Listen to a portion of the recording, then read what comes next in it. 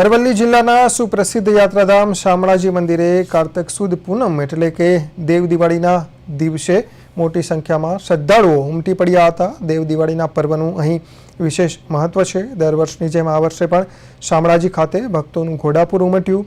કાર્તિકી પૂનમના દિવસે ભગવાન શામળિયાને રંગબેરંગી વાઘા પહેરાવી સુવર્ણ અલંકારો અને સુવર્ણ મોરપીંછ મુગટથી અતિ સુંદર રીતે શણગારવામાં આવ્યા હતા। સુવર્ણ સજ્જામાં ઝળહળતા શામળિયાના દર્શન કરી ભક્તોએ ધન્યતા અનુભવી। શામળાજીનો મેળો ગુજરાતનો સૌથી લાંબો ચાલતો લોકમેળો માનવામાં આવે છે, જે કાર્તક સુદ એકમથી શરૂ થઈને પૂનમ સુધી ભક્તિભાવ સાથે ઉજવાય છે। પૂનમના દિવસે લાખો શ્રદ્ધાળુઓ શામળિયાના દર્શન માટે અહીં આવે છે। વહેલી સવારથી જ મંદિર પરિસરમાં ભક્તો ઉમટી પડ્યા હતા, ધજા ચડાવી હતી અને ભક્તિભાવથી શામળિયાના દર્શન કર્યા હતા। ચડાવવા આવી છું।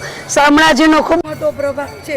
વિષ્ણવે નમઃ, વિષ્ણવે નમઃ, વિષ્ણવે નમઃ બોલવાથી તમે ભવસાગર તરી જાશો।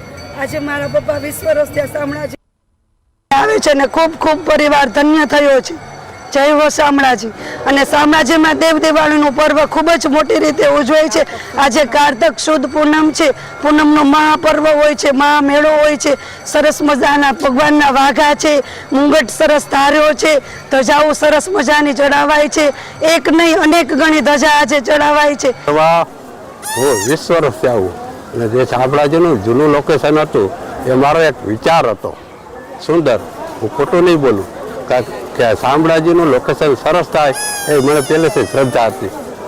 એ શ્રદ્ધા નરેન્દ્ર મોદીએ પૂરી કરી અને ભૂમિપૂજન કર્યું તેથી તે હું અહીંયા જ આવ્યા હતો। એટલે મારું સપનું એક ભગવાને સાંભળ્યું। દેવદાડીએ હજારો લોકો શામળાજીના દર્શન કરીને ધન્યતા મળ્યો અને અમારે 52 ગણની ધજા ચડાવવાનો એક સંકલ્પ હતો।